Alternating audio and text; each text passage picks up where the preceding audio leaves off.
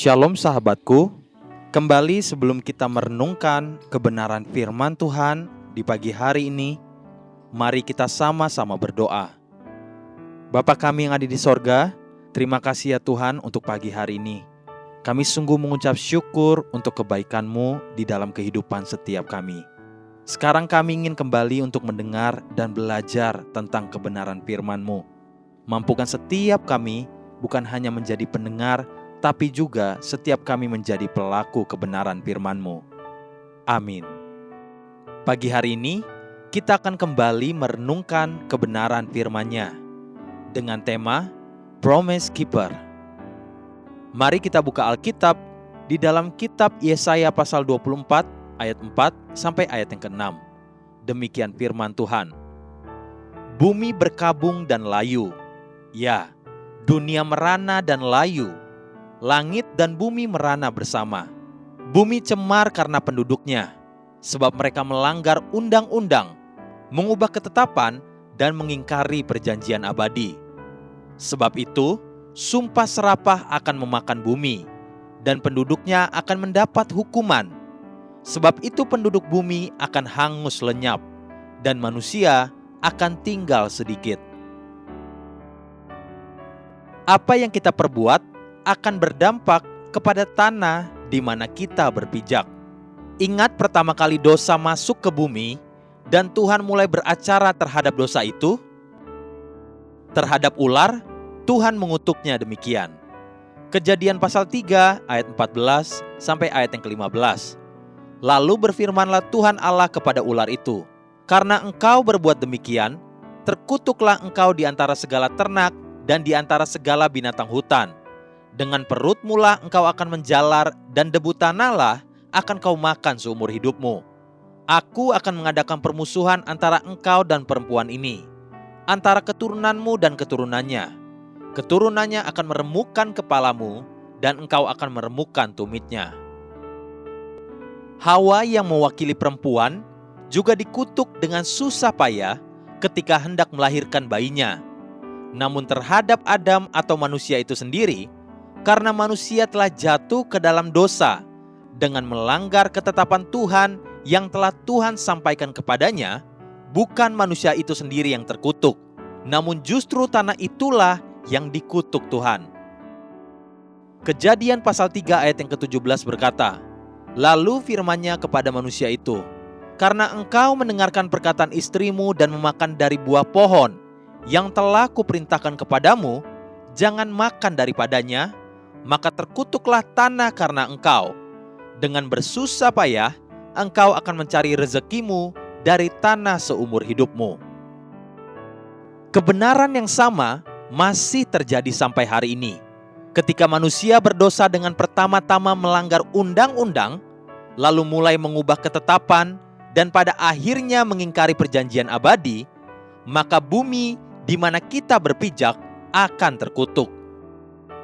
Mari renungkan kebenaran ini perlahan-lahan.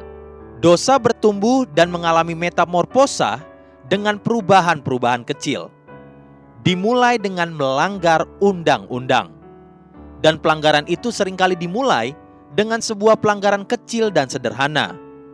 Bahkan mulai dilakukan oleh anak-anak kecil seperti melanggar peraturan sekolah, tidak mengerjakan pekerjaan rumah, tapi lama-kelamaan dosa dianggap biasa dan tidak lagi dirasakan seperti sebuah dosa. Pada saat itulah manusia mulai berani untuk mengubah ketetapan. Inilah yang disebut ingkar janji. Bentuknya berbeda-beda. Ada yang berhutang lalu pergi begitu saja. Ada yang melanggar sebuah perjanjian atau kontrak dengan berbagai-bagai alasan yang dibuat-buat. Ada yang pura-pura lupa akan janjinya, atau lain sebagainya. Semua itu intisarinya sama saja, ingkar janji atau mengubah ketetapan. Inilah bukti dosa yang sudah hampir-hampir matang. Jangan pernah memandang remeh dan sederhana apabila kita menemukan diri kita sebagai pribadi yang dolak-dalik atau mencela-mencele. Sebab sesungguhnya dosa mengubah-ubah ketetapan itu menjadi biasa dan mendarah daging di diri kita. Bertobatlah segera dan jangan perbuat seperti itu lagi. Sebab jika tidak demikian, maka step berikutnya adalah mengingkari perjanjian abadi. Inilah sumpah yang kita buat dengan Tuhan atau di hadapan Tuhan. Seorang pemimpin negara seperti presiden, juga pejabat-pejabat negara, pejabat dan pengerja gereja, bahkan suami istri, semua itu adalah contoh orang-orang yang mengikat sumpah setia di hadapan Tuhan dan melibatkan Tuhan. Namun kenyataannya, berapa banyak bahkan hampir setiap hari saat ini kita mendengar pejabat itu ditangkap KPK atau kejaksaan. Juga tidak sedikit hamba-hamba Tuhan yang memandang rendah arti sebuah sumpah setia di hadapan Tuhan dengan begitu mudahnya meninggalkan tanggung jawabnya. Atau suami istri yang memutuskan untuk bercerai atau berselingkuh, padahal mereka telah membuat sumpah setia di hadapan Tuhan.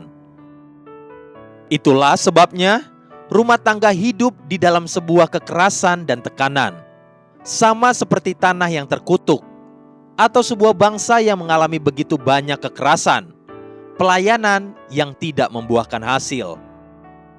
Pagi ini, marilah kita sama-sama bertobat dan belajar untuk menghormati peraturan atau undang-undang.